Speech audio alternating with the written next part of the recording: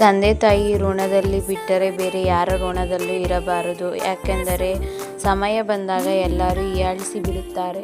Hi hello ಎಲ್ಲರಿಗೂ ನಮಸ್ಕಾರ. Welcome back to evening mini blog. ನಮ್ಮ ಅತ್ತೆ ಮನೆಯಿಂದ ಇವತ್ತು ಬ್ಯಾಕ್ ಟು ಬೆಂಗಳೂರಿಗೆ ಬಂದ್ವಿ. ಪ್ರೆಗ್ನೆನ್ಸಿಲಿ ತುಂಬ ಕ್ರೇವಿಂಗ್ಸ್ ಇರೋದ್ರಿಂದ ಅವ್ರು ನಮ್ಮನ್ನ ಊಟಕ್ಕೆಲ್ಲ ಕರೆದಿದ್ರು. ಹೋಗಿದ್ವಿ. ಹಂಗೆ 3-4 ಡೇಸ್ ಅಲ್ಲೇ ಇರೋಕ್ಕೆ ಅಂತಲೂ ಕರೆದಿದ್ರು.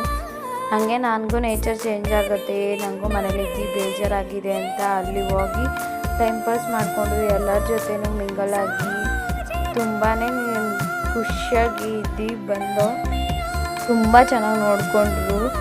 ಕೇಳಿದೆಲ್ಲ ನನಗೆ ತುಂಬ ಸ್ವೀಟ್ ಕ್ರೇವಿಂಗ್ಸ್ ಆಗ್ತಿರುತ್ತೆ ಅಂತ ಒಬ್ಬಟ್ಟೆಲ್ಲ ಮಾಡಿದರು. ತಿಂದ್ಕೊಂಡು ಎಲ್ಲ ತುಂಬ ಎಂಜಾಯ್ ಮಾಡಿಕೊಂಡು ಬಂದು ಇವತ್ತು ಬರಬೇಕಾದ್ರೆ ತುಂಬ ಬೇಜಾರಾಯಿತು.